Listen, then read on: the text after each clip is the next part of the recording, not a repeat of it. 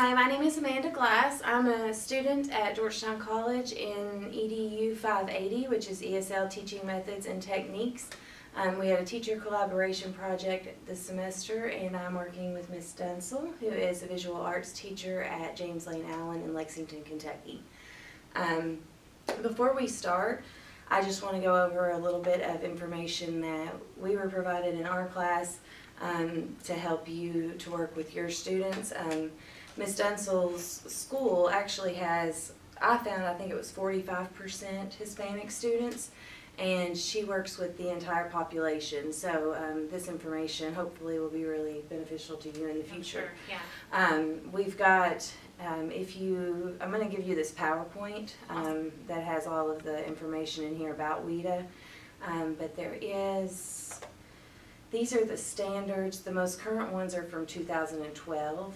And so you can go through those. It goes kindergarten through grade 12, and it gives you the standards framework. Basically, that you've got your content standards, you've got your academic language standards, and how we can put those together so that the kids can learn the content at their academic level, even if they don't understand English language. And so this is a pretty large document if you want to go through that sometime for your different grade levels. But it gives you all the can-do descriptors. It puts everything together, and actually it goes through, there are 5 different standards, and so the first one is just that they communicate for social and instructional purposes. So it's just, standard academic language. But then the other 4 are the language of language arts, the language of mathematics, the language of science, and the language of social studies. In the lesson that we're going to look at, I use the language of social studies because of the folk art and the African aspect of the lesson. So I'll give you all of this information that you can go through and maybe help you to differentiate with your class in the future. Great. Let's see here. And there's the standards. So the goal of WIDA standards is to basically evolve theoretical insights and make an approach to language teaching and learning. The focus of this work on these standards has been to describe meaning making during the process of language development. And that's required for students to engage in language use in academic context. So many times we see students come from other countries, they can't speak English, and they come into a classroom and it's literally like the quote, you can't judge a fish on its ability to climb a tree. And we do that to students all the time because we think that there's something wrong with their cognitive ability because they can't communicate to us. And so the goal of WIDA is to try to merge those so that we can make those kids successful as well. Fill in the gap. Yeah. And so there are 5 language proficiency standards that I went over with you. Those were those different languages, language of our language of social studies and language arts and all of that. And so let's see here. And then there are 4 language domains. Each of the 5 English language proficiency standards encompasses each language domain. Which is listening, speaking, reading, and writing. And so in the lesson that I differentiated for Marco, I made sure to try to at least have listening and speaking for him where he is entering. Reading and writing is going to be a little bit further down the line for him. But listening would be processing, understanding, interpreting, and evaluating spoken language. Speaking, engaging in oral communication in a variety of situations for an array of purposes and audiences. And then reading and writing, of course, that's self-explanatory. Let's see here. I should have done that.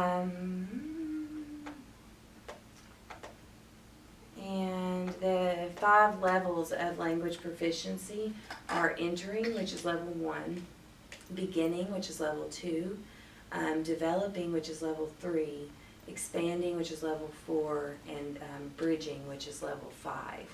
I've evaluated Marco's situation and his ability based on the work that you've given me. And it looks as though he would be in the entering phase just because he's not able to communicate effectively in English. So what is important for him in content areas are pictorial and graphical representations of the language, of the content, word phrases, chunks of language when presented, things like that. He is where we want to get him to be able to process. So graphic support, of course, is going to be great, and visual arts class is perfect for that. Absolutely, So you're able to reach them, I'm sure, a lot better than some of the other content areas. And so that is the WIDA information. So I'm going to leave, or I'll email this PowerPoint to you so that you have all of that. Now, as far as the lesson that we differentiated, it was the one that you provided for me on folk art. Now, Marco, to give you a little bit of background for everybody that's watching, Marco had lived in California in preschool and went to preschool there.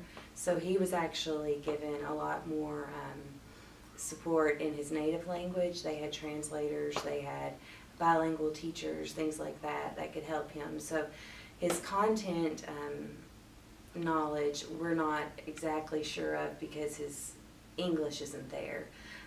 So for this lesson we're going to work on just trying to get him to talk to his group members, talk to the people in his classroom, and communicate as effectively as he can in English. And then when he needs to elaborate his thoughts or explain what he understands, he's going to do that with his translator. And let's see here. And so during the lesson plan for for Miss Dunsil's class, what they did is they reviewed folk art and its varying uses in different cultures. And they actually were going to be making kente cloths together. And before they did that, they went over what folk art was and the traditions and things like that in different cultures. For Marco, this would need to be explained in his native language. Otherwise, he won't be able to understand that. So that way he could get a connection to the lesson before he gets started. Luckily, with it being visual arts, once he can get that connection, he can take off on his own and learn his different patterns and express himself in his own way. Now, before we get started on the lesson though, what exactly do you guys do here at James Lane Allen with your ESL students? Are there, do they pull them out? We do have an ESL team that pulls and works with classroom teachers. So from my end, there's not really collaboration with the ESL aside from sort of going over things like this in our faculty meetings and trying to make it a big point to really work on our language standards across just for content, but recognizing that even not just ESL students benefit from clear language expectations and understanding academic language, but it helps all students. So it makes sense if half of our school has ESL, then we would, of course.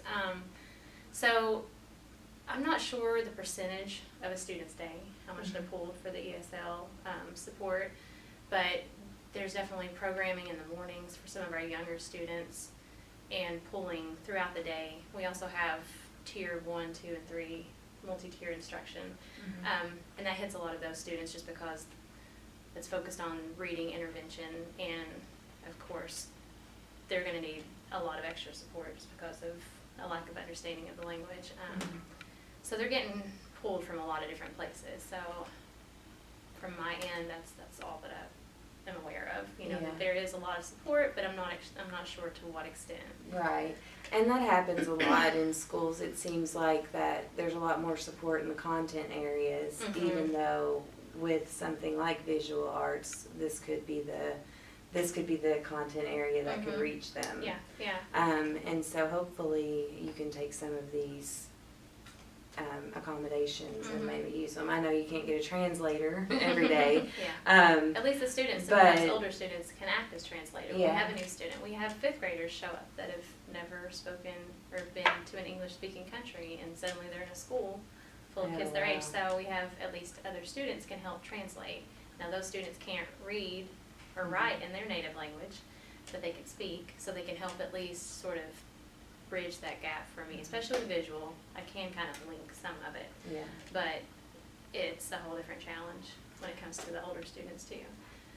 I love seeing the kids that are, you know, have a better understanding of English, and the ones that are, you know, struggling work together Mhm. to come up with it, because it's almost like they have their own language. Yeah. You Yeah. know, they mix it. They've got a little bit of Absolutely. English, a little bit of Spanish, Yeah. or, you know, Chinese or Just whatever. piecing it, yeah. And they figure it out, and that's part of what we're learning, is that just kind of to let them Mhm. learn naturally. Absolutely. And give them the freedom to Yeah. use their language. So I figured that you all had a lot of support here. I was just kind of worried Yeah. about the. I don't necessarily have people coming into my room to help on that part, Mhm. but overall, like we get through at least with all the modeling and visual examples. It Yeah. sort of at least helps.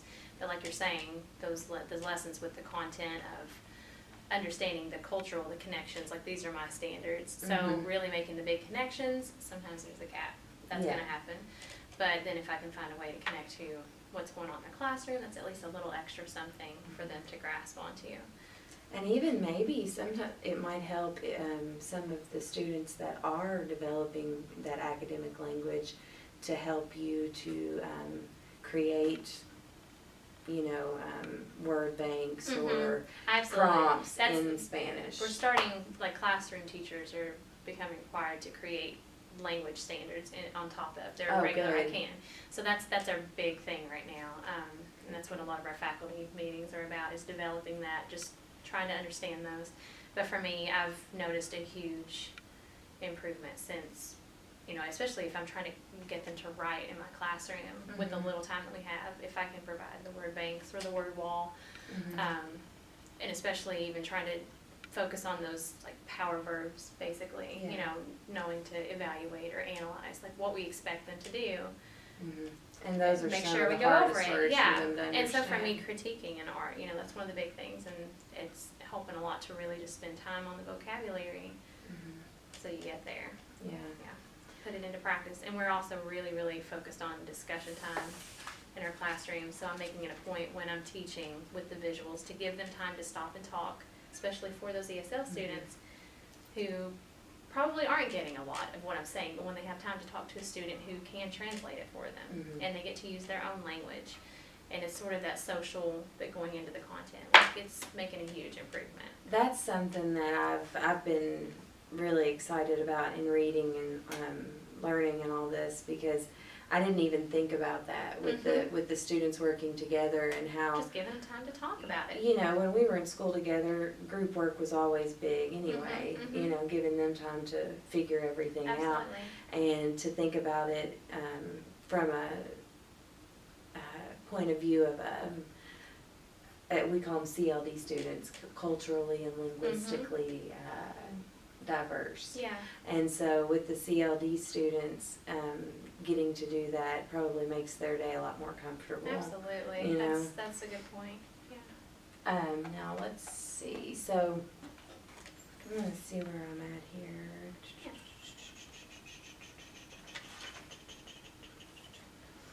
Okay, so let's look at the lesson here then that you did with the class. And we'll go over the accommodations that I think that would be good for Marco. Yeah. So basically,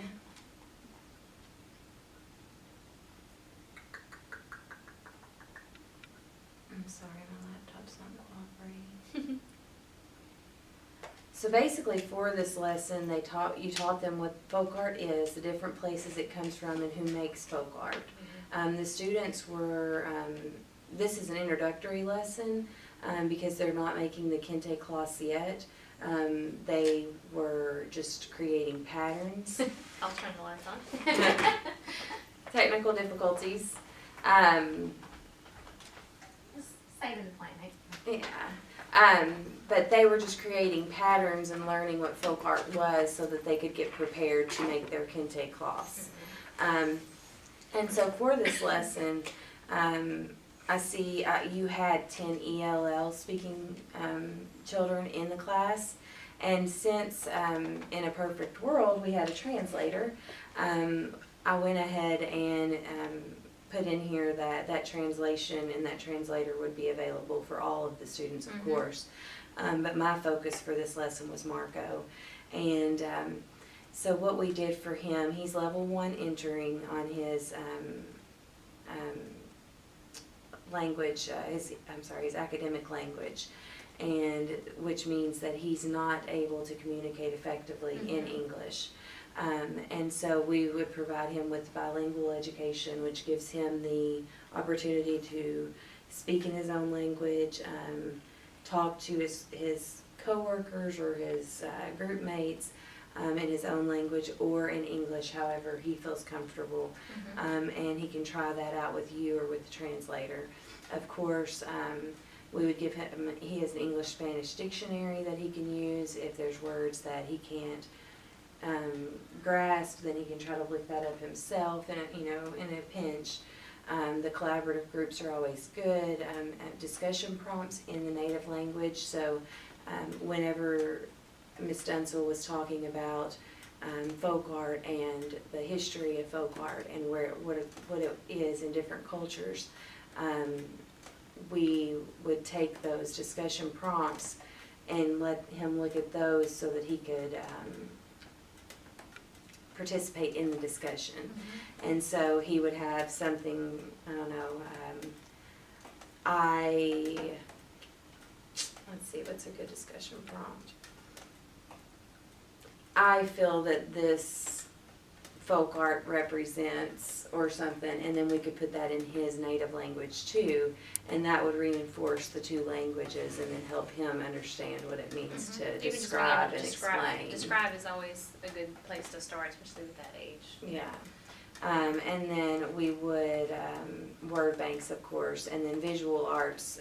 This class is perfect for CLD students because they do have those visual arts that they can look at and make connections with, and that transcends all languages. So now as far as his assessments, I do have that we would do the bilingual oral report. So if he wants to explain to the translator, or he can try to explain it to you as well.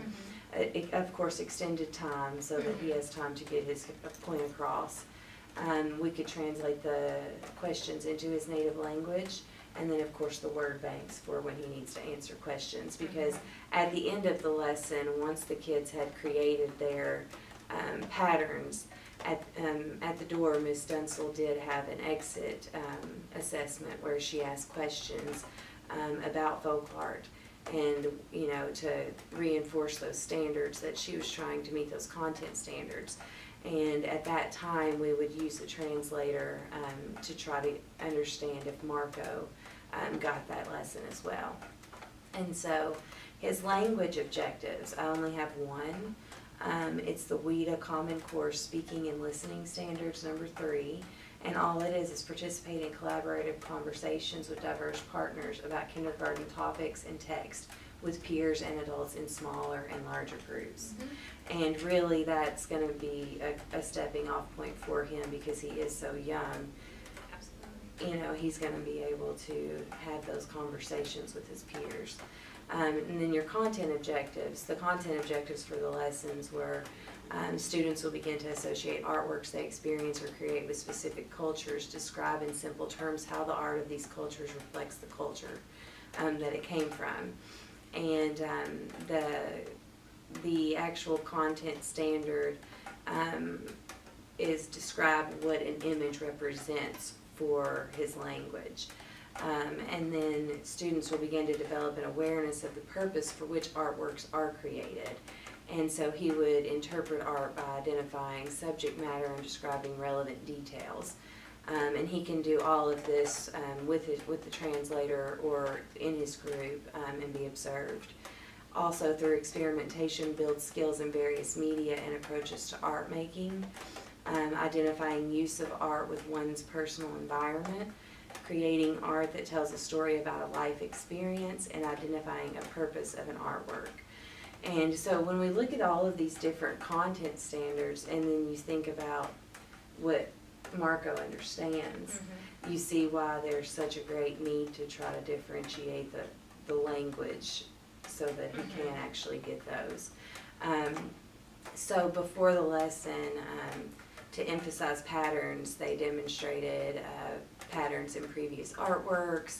So Ms. Dunsil showed them previous artworks and reiterated to them about that these are patterns and these are the kind of things that they would use on their kente cloths. And then she also observed through whole group questioning where students responded verbally with a thumbs up and thumbs down to the content and questioning in images. So this could also be good for Marco as well. I was really impressed with some of the things that you did already because I already knew you were a good teacher. I already knew you know how to differentiate. And so the fact that these things were things that you already did. It also comes from just kindergartners already have a hard enough time communicating. So teaching them to communicate regardless of the language, you know. Yeah. So, yeah, and if we can think about all of our students as being starting from that point, you know, even if like the 5th grader you spoke about, if we can think about them all starting from that point. How would I meet a student who's at that level? At that level, and it's odd because you have a kindergarten level language skill with I mean, you never know, a 10th grade level, you know, reading in Spanish. Right. So these were some really good accommodations that I wanted to point out. And then she had that before they were making connections that some artists and artisans make art that they learn from their families, and others go to school to learn to be artists. So with the folk art, this brings in that tradition and culture, and that can also help to motivate these students, especially Marco, and with his family and their culture is very important to them. And so I thought it would be good if before a lesson like this, if you could figure out, you know, a little bit about each of their culture and try to bring something from their culture into it just to spark their interest. Absolutely. Oh, I've seen that before. Right. You know, that's something that we have at home, or that's a piece of artwork that my mom, you know, would like, or something like that. And then various books from different countries on folk art may have been a good idea just to show them that everything isn't American, you know. Right. And so this is basically how the materials and activities contributed to his mastery of the content. Let's see, we've gone over a lot of this.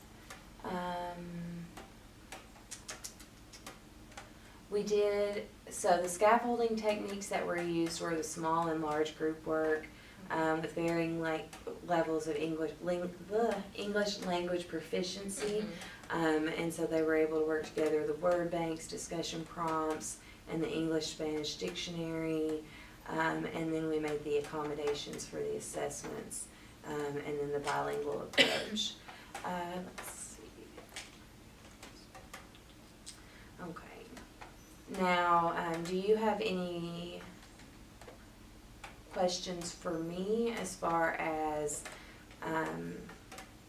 resources or ideas on how to integrate language learning into the classroom? Or you said you guys are starting that. It's actually, that's a huge emphasis for us right now, just as far as our novice reduction goals right now. I'm trying to figure out how to meet those students. So that's a lot of conversation that we're having right now. So this just sort of reiterates and reminds me of a lot of those. So I definitely would benefit from having more translation in the classroom. That's the hardest thing. I wish that, because that's one thing that as I was reading through everything over this last semester, is how fast Mhm. the CLD population has grown and how we don't have enough ESL teachers Absolutely. or bilingual teachers to meet those demands. Absolutely. So those students are, for lack of better word, kind of falling through the cracks when it Mhm. comes to the content because we're so worried about teaching them English. Yeah. Let me make sure. Okay. I think that's everything that I wanted to go over about that. I'll leave all the information with you on WIDA so that you can maybe use that to Yeah. differentiate. And if you have any questions in the future, hopefully here in the next year or so, Yeah. I'll be a pro and I'll be able to help you do that. But I do commend you for everything that you did do in the lesson because there was quite a bit that I didn't have to differentiate because you had already taken that into account. Well, Thank you so much, Ms. Dunsil. Thank you. I appreciate all your input. And It's now been I really will helpful. awkwardly get up and go to turn off the camera. All right. Hopefully that recorded the whole thing. I hope so. It's still recording.